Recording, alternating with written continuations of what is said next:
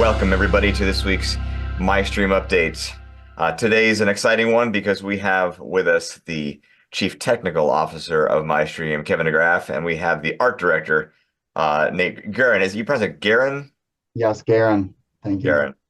Very, very nice to meet you. Nate, it's the first time meeting you. It's very nice to meet you. Nate does some absolutely brilliant artwork and designing, and I've seen some of his work before. Actually, at I think this event right here. Is that Yeah, right, Dan? yeah. One day, Yeah. Houston. Yes, Yeah, one day yes. Houston. So today we're talking about some of the latest technological advances on the Mystreme platform, and we're gonna get a little bit geeky today and look at some of the coding even maybe on the back end. And so this video is actually in two parts. This is part one where we're talking about the improvements of fan channels, the adding of sports to the search options, as well as browser automation, that's what handles all the logins automatically to various services to make your experience on Mystreme seamless. And the second video in this update, we're going to be talking about the improvement in the search functions using AI. I can tell you that this is a really mind-blowing update, what we're achieving. So be sure to be notified when that second video comes out. Subscribe to this YouTube channel and click on the bell icon to be notified when that video comes out. And so I'm actually going to turn it over to Dan, who is our CEO of Mystreme. Let it rip, Dan. Well, let's start out by just thanking our advisors and our alpha testers. We've had many of you in the system adding your hype lists, and we have some pretty cool lists coming together. Our curation starts with human curation, and that's how the AI gets trained. So your time, your efforts, your thought that's gone into it is amazing. And I want to show a little bit of it. So these are the lists that are starting to get formed by the members of the team. You have FamFlix, which is a family-friendly set of films. You've got 315 movies that you could sit and watch with everyone in the family. So this is a super fun version of a hype list. Date night is another great way to get together with your loved ones and watch a date night movie. We've got Just Kids, we've got Christmas, and Full Send for you who like to do skating or motocross. You've got Faith and Family here. You've got the Zoom Zone. First Responders, I like this one. So this is just all kinds of movies with whether it's Police Academy or Beverly Hills Cop 2. So I got a quick question, Dan, if I can Yes. interrupt real quick. So the question that pops up into my mind immediately is, are these hype lists searchable? In other words, I wonder if anybody's created a list on hospital shows or something like that. Is that phrase, like hospital shows, or is Weathering it searchable? Great point. So as you're forming your hype list, think about keywords. Think about the things people are going to be typing up here. And when they find you, they're finding you by a keyword. Now, at this stage of the game, that's not developed. We are going to be adding a keyword search of hype lists. And that's one of the things Kevin's going to talk about today is how we're going to use artificial intelligence, not only to search individual titles, but hype lists, moods. Maybe you just want to watch a movie with your loved one, a date night movie, or something along that line. It's going to start aggregating based on those types of keywords that are really unique to our service. And a lot of that is going to be informed by you, by the people out there who actually are creating these lists. And it's just part of the story that we're telling to our customer when they get to know us. So I'm going to jump out. If you don't mind, I'll jump out and show you a little bit about what this means and where it's going next. We currently have all of the movies that you would definitely want to search. If this morning, I think Kevin Mercer reached out and said, I couldn't find Twister. And then we tested it and we found it. So there's a few things going on with search sometimes where maybe it's in the system, but search is not quite working right yet, or you can't find it yet. So that's why we're here on this call. We're going to talk with Kevin about how search is going to improve. A lot of content's there. And then there's movies that just aren't there. We were looking for Shogun the other day. We couldn't find that. So it's important as you run into things that are not there, let us know so we know to look for it, add it. But what we've got right now is all the major studios.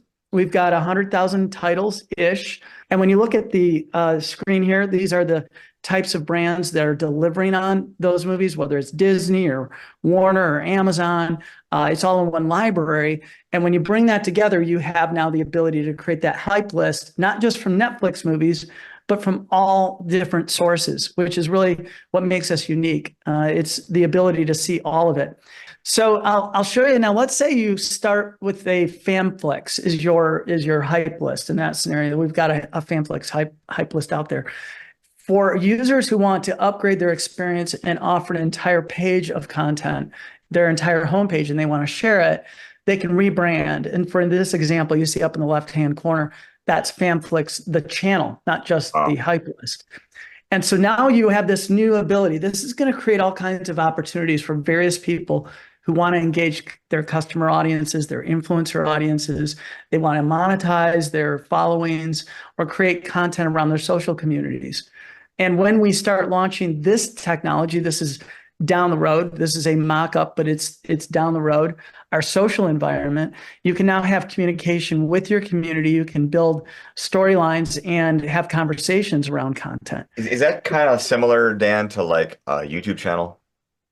It would be very similar to a YouTube channel, with the exception that it won't be the YouTube logo in the corner. It's your logo, and it's your content that you've aggregated. A lot of what will be exciting will be your ability to take your YouTube channel content and package it into a Mystreme environment.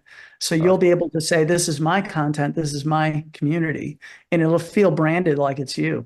So when we talk about fan channels, what that means is that we have influencers out there who want to create their own experiences for their families, friends. They're the local nerd that says, here's the movie you should watch. And we all have one. We all call on somebody for that. I'd like for Nate to show how you will benefit from a fan channel. If you're not a fan channel creator, maybe that making a fan channel is not exciting to you, but if Nate could show his screen, Nate's he's our prodigy designer. He's been thinking about how does the user experience channels and hype lists from the user-generated curation going on out there. You got something for us, Nate? There it is. Why don't you show us how a fan channel is created and then how a user would engage with that? Yeah, so right now you're looking at basically the profile selection page where you would find your profile with all the other sub profiles connected to it, and then 2 or 3 options of creating a fan channel, brand channel, or a profile. So once you click into those, you would get this kind of sort of interface where you can actually upload your logo, your profile picture, and also your background to put right behind all of your curated titles, and then also your brand channel name, your tagline. But this will be your customization of your brand channel. So everything that you want to see when it pops up, this is what you would end up putting in there.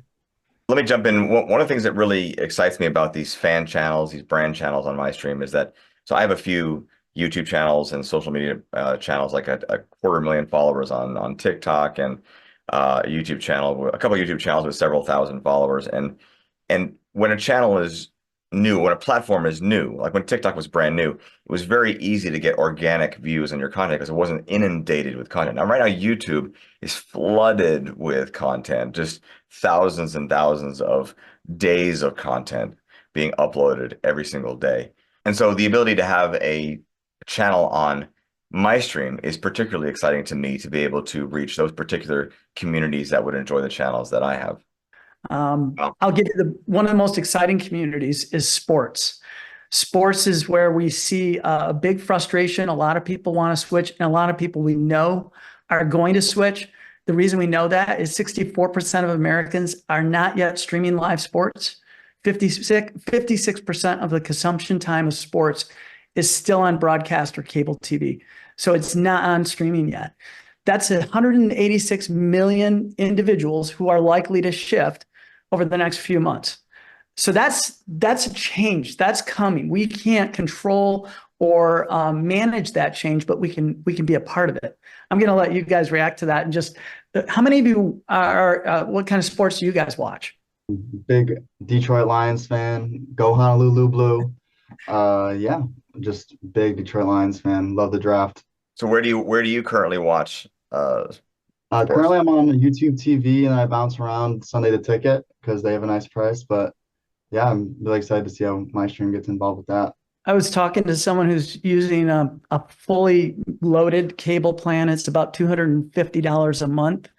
And with that package recently in Detroit, they lost the Detroit Red Wings and Tigers when Bally Sports pulled out of the Comcast package. So you're spending $250 a month and you don't have two of the three big sports in your town. That is something that's happening right now. As the streaming packages become more affordable and the cable packages become more expensive because you have fewer people there buying on it, it's a supply and demand issue. They're going to shift. They're going to find their way to the $20 package that gives them the Tigers and the Red Wings, and it is $20. So that's going to shift things. And what we're looking to do is augment that shift and provide a solution for those people looking for it, saying, I just want one place. I don't want to have to find the $20 Red Wings Tigers package. I just want to find my sports and it'll show up on my screen. Kevin, want to hear from you. Do you watch sports? I have a guess that you don't. I watch the Olympics every 4 years. Very good. More because my wife watches it than I do. But Yeah, so where the heck do you watch the Olympics? I don't even know anymore. YouTube TV has probably been the best recently. Yeah. But yeah. Yeah, they've got a good Olympics package. They got a good NFL package as well. It's the most expensive because they do have quite a broad channel selection. But there are other ways to get to it. For example, Sling is a lot cheaper. And what we're doing is we're looking at this. We're saying, where's the most affordable way to get the content you want and provide only that for you? And so that's one of the important, I think, shifts. And one of the things that I think is exciting about sports is the brand channel. Like we've been talking about, a white labeled channel gives you the ability to create your own sports channel. Our sports channel is going to give you the ability to go locally. In this scenario, let's just call it Mystreme Sports. This Mystreme Sports package will give you the ability to aggregate the Lions in our town, the Lions, the Red Wings, the Tigers, the teams we care about most. And then you could Detroit that, for example. You could say, this is our Detroit channel, and really build a big brand around Detroit sports. And so this is the new kind of idea around sports. We currently have all movies and all TV shows, meaning series and pre-recorded content. Live content's next. And this is what we're going after. So how do we get there, Dan? I'm sure, I mean, anybody who's watching this who's an investor is going, well, how do we get there? When can this happen? So there are multiple paths. We have the browser automation, which is something that Kevin will show you. Our browser automation is the ability to go into YouTube, Fubo, or let's say Sling, and navigate that content by automation. So we will have the access to all the sports and all the networks. Another way, and we're having discussions with the provider, one of 6 that provides ESPN, to integrate directly with that provider so that in this scenario, when you have a direct relationship with that content, you have a stronger margin on it. You have a stronger long-term revenue plan for that. And that's a confidential conversation I can't talk about on camera, but we're super excited about it. So do you envision in the future, because simplicity is key in all this stuff. So are you envisioning the ability to jump onto Mystreme and to hit that search bar and go, I want to watch the New York Giants, for example? Absolutely. And it'll pop up. And so we're not thinking anymore, where do I watch? Because I'm always thinking, like, where do I watch anything? Especially in sports. So Right.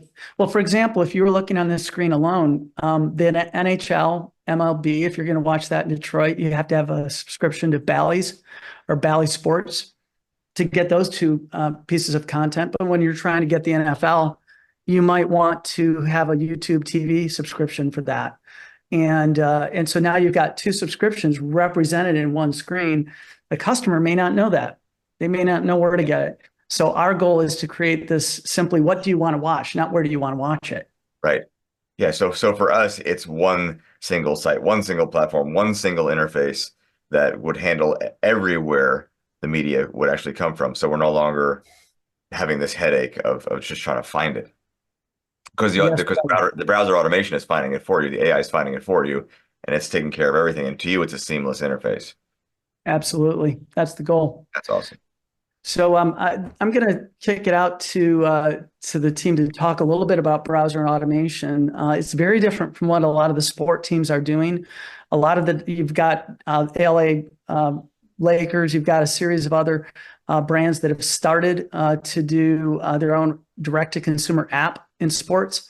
What we are offering here is a full-service solution where you're going to have everything in one place, but it's going to take a browser automation technology.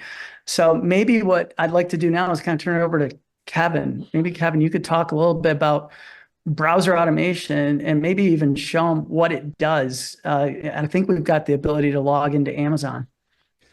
Yeah, well, why don't I just discuss a little bit about what it does, and then I'll give a brief demo. And basically, what automation does for you is a browser essentially is a way of virtualizing a standard universal interface that absolutely everybody supports. So, and it really doesn't matter who you're talking about. Everybody supports the browser.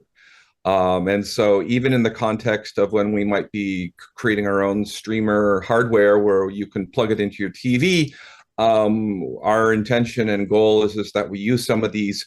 I did a long, deep dive into how to automate things in the context of Android and Apple TV, and I found there was so many different walled garden limitations that we just fundamentally there wasn't a good user experience. And the way to get a good user experience is you don't have to think about it. You go and I want to click on this, and you want to play it, and it goes there. Wow. It logs in if you're not logged in. And then it actually clicks the play button for you and clicks the rent button if that's what you've configured that you want to do. And so you just don't think about it, and you could be out in a hotel room or whatever. And you don't have to be, I hate it whenever I buy a new hardware device and I have to go and set up a dozen different logins and set up all the usernames and passwords. And basically those sorts of issues would go away because we would set it up for you and you would have to do it once and then it would be persisted. I just had an epiphany as you were saying that. Is when you mentioned walled gardens, you know, and we've said this before, but it didn't quite hit me like this. Every single company has always wanted to keep you on their site and their site only, offering you their stuff. They really don't want you. I mean, they might offer you a link to go and watch something somewhere else, but they're gonna, you know, it's not what they want you to do. So it will never be user friendly as long as it's that way. And what we're doing is saying, no. It's Mystreme. It's the customer first. It's what they want first. No more of this dividing. Everything's scattered all over the place. Oh, only stay here. Now it's one place for everything. And it's feasible. So sorry, had to interject that. Go ahead, Kevin. True. Anyway, this is still work in progress. So I can show a very brief snippet of this, specifically the login piece.